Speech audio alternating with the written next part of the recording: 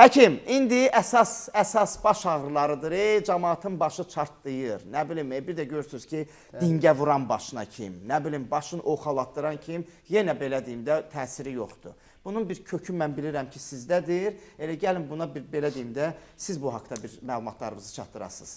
Anar bəy, ümumiyyətlə baş ağrısı böyük bir problemdir. Dünyada 1 milyard 800 milyon adamın problemidir. Yəni migren xəstəliyi. Təbii ki, qadınlarda kişilərə nisbətən 2 dəfə artıq olur. Yaranma səbəbi də genetik olaraq ən çox irsiyyətdən keçir, atadan, anadan, babadan, nənədən. Və ondan başqa da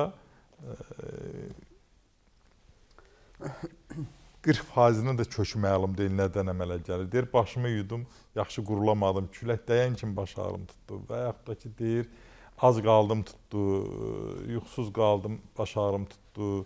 Yorğun idum tutdu, əsəbləşdim, baş ağrım tutdu və yaxud da ki, ən çox menstrual sikl dövrü yaxınlaşanda ya qutaranda, yəni aybaşı dövrü yaxınlaşanda qutaranda baş ağrıları başlayır qadınlarda. Kişilərdə də təbii ki, aclıq, yorğunluq, yuxusuzluq, əsəb, stressdən sonra baş ağrıları ola bilir.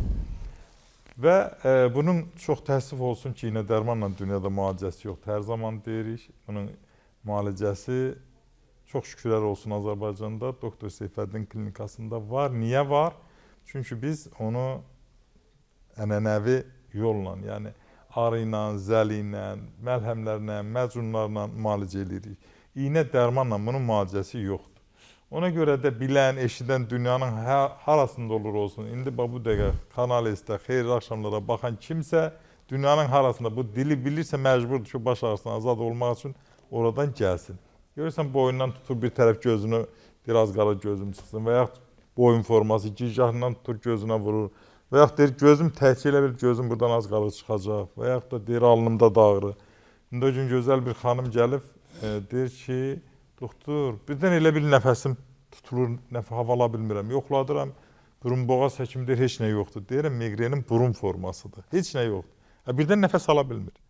Yəni, bütün xəstəliyin aşması odur ki, bir anda beyin toxumasını qidalandıran damarlar daralır, oksigenin miqdarı azalır və ağrı başlayır. O zaman deyirik ki, ayağın istusiyası sal, kofe iç, boynun əsti qrelka qoy, sonra isti duş qəbul elə, banka qoy. Gördün alınmır, onda gəl Doktor Seyfəddin klinikasına migren ağrılarından canın qutar. Həkim, o günlərdə elə Zakir Əliyev bir belə deyim də, bir məlhəm verdiniz ona. Ona təsiri oldu ümumiyyətlə sizə? Mən sizə bir şey deyim icazənlə də, onu deyərindi Zakir müəllim.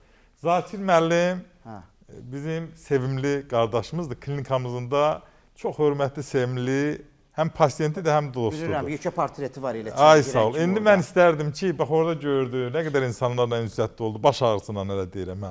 Və təbii ki, özü də öz üzərində arı zəli müalicəsi qəbul edir. Getdiniz.